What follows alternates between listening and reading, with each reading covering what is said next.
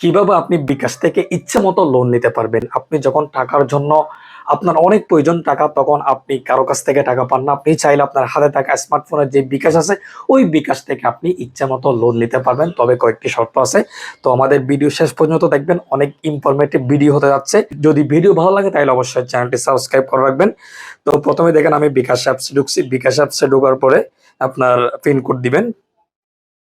যে আমি আমার পিন কোড দিয়ে লগ ইন করলাম। লগ ইন করার পর এখানে দেখেন send money, mobile recharge, cash out, payment, add money, ফেবিল, সেভিংস, লোন। অর্থাৎ বিকাশ এটা একটা বিজনেস। আপনাকে যে টাকা ধার দিবে আপনাকে যে টাকা ধার দিবে, ওই ধারের বিনিময়ে তাদের কিছু পেতে হবে। আপনি ওই ধারের উপযোগী কিনা, মানে আপনাকে টাকাটা দিতে পারবে কিনা, বা আপনি টাকাটা তাদেরকে ব্যাক দিতে পারবে কিনা, সেগুলো আপনার এই যে কার্যকর তাদের যে অ্যাপস রয়েছে, ওই অ্যাপস এর যেই অপশনগুলো রয়েছে, ওই সবগুলো অপশন আপনাকে চালু করতে হবে। আপনি সেন্ড মানি করতে হবে, আপনি টাকা পাঠাবেন, আনবেন। ওকে। এরপর মোবাইল রিচার্জ, আপনি যে বিকাশে টাকা থাকবে ওখান থেকে মোবাইল রিচার্জ করবেন, মোবাইল রিচার্জ দিবেন। এরপর ক্যাশ আউট, আপনি ওই বিকাশের মাধ্যমে যেই নাম্বার আপনি লোন নিতে চাচ্ছেন, আপনার লোন হচ্ছে অনেকের 5,000, 10,000, 50,000 পর্যন্ত লোন থাকে এই বিকাশ অ্যাপসে। তো আপনি ক্যাশ আউট করতে হবে। এরপর বিশেষ বিশেষ হচ্ছে আপনাকে পেমেন্ট। আপনার কাছে টাকা আছে, আপনার কাছে টাকা সত্ত্বেও আপনি কি করবেন? পেমেন্ট। আপনি কাপড়ের দোকান বা কোনো একটা শপিং কন্টেন্ট রেস্টুরেন্টে গিয়ে আপনার কাছে টাকা থাকলেও আপনি ওই টাকাটা বিকাশের মাধ্যমে দিবেন। আর বিকাশের মাধ্যমে যদি আপনি পেমেন্ট করেন, তাহলে আপনার কোনো বেনিফিট দিতে হচ্ছে না। আপনার 1,000 টাকা বিল আছে, আপনাকে 1,000 টাকা দিলে হবে, 1,015 টাকা কিংবা 1,020 টাকা দিতে হবে না। তো ওই জন্য আপনাকে, আপনার লক্ষ্য হচ্ছে আপনি বিকাশ থেকে টাকা নিবেন, লোন নিবেন। ওই জন্য আপনি কি করবেন? বেশি বেশি পেমেন্ট করবেন। এরপর হচ্ছে অ্যাড মানি। আপনি ব্যাংক থেকে বিকাশ আনবেন, আবার বিকাশ থেকে ব্যাংক নিবেন।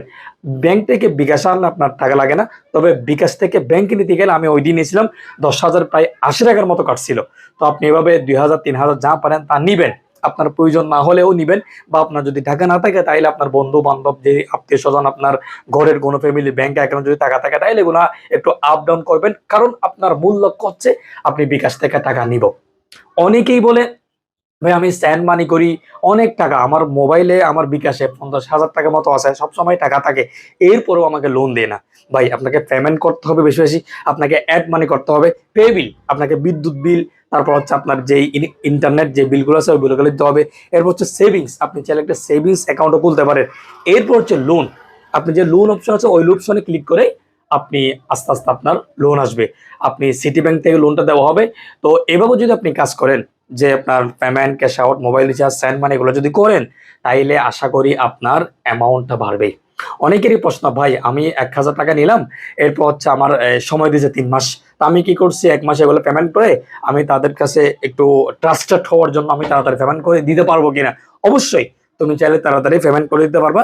তাড়াতাড়ি পেমেন্ট করে তাদের যদি তুমি আরো একটু ট্রাস্টেড হয়ে যাও, তাহলে তোমাদেরকে 1,500 টাকা বা তোমাদের বাজারটা আরো বাড়বে। সো এভাবে যদি আপনি আপনার এই বিকাশের কাজগুলো করেন, তাহলে অবশ্যই আপনার লোনের লিমিট অনেক অনেক বাড়বে। আশা করি ভালো থাকবেন, সুস্থ থাকবেন। যদি আমাদের ভিডিও দেখে উপকৃত হন, তাহলে অবশ্যই চ্যানেলটি সাবস্ক্রাইব করে রাখবেন। ভালো থাকবেন, সুস্থ থাকবেন। আসসালামু আলাইকুম ওয়া রাহমাতুল্লাহ।